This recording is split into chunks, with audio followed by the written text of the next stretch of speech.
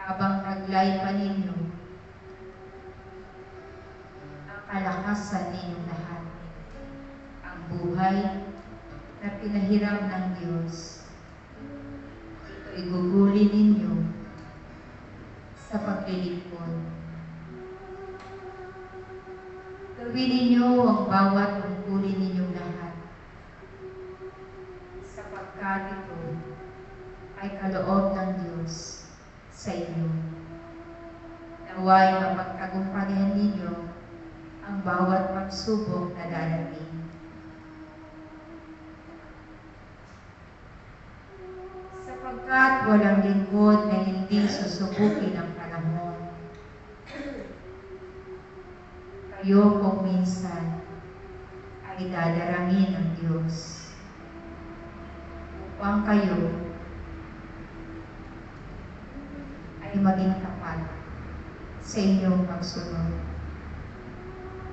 Ako na inyong mahal na Ina Maria ay laging mananalangin na kayo'y magkaroon ng kalakasan sapagkat kayo'y kaisa sa pananalangin para sa kaligtasan.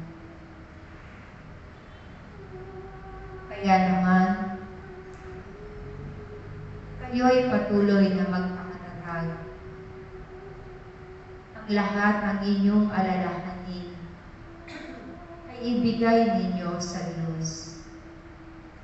Ipagkatiwala ninyo ang inyong mga buhay, ang inyong mga isipin sa araw-araw, at Diyos na ang bahala sa lahat ng iyan. Kaya naman ako na inyong ina, ay patuloy ko kayong kakalingain. At kayo'y huwag matakot na sumunod sa kalooban ng Diyos, sapagkat kayo'y may kalakip na gantimpala sa Kanya. Ang araw na ito at ang mga panahong mararating ay panahon ng pagninilay. Kung kaya,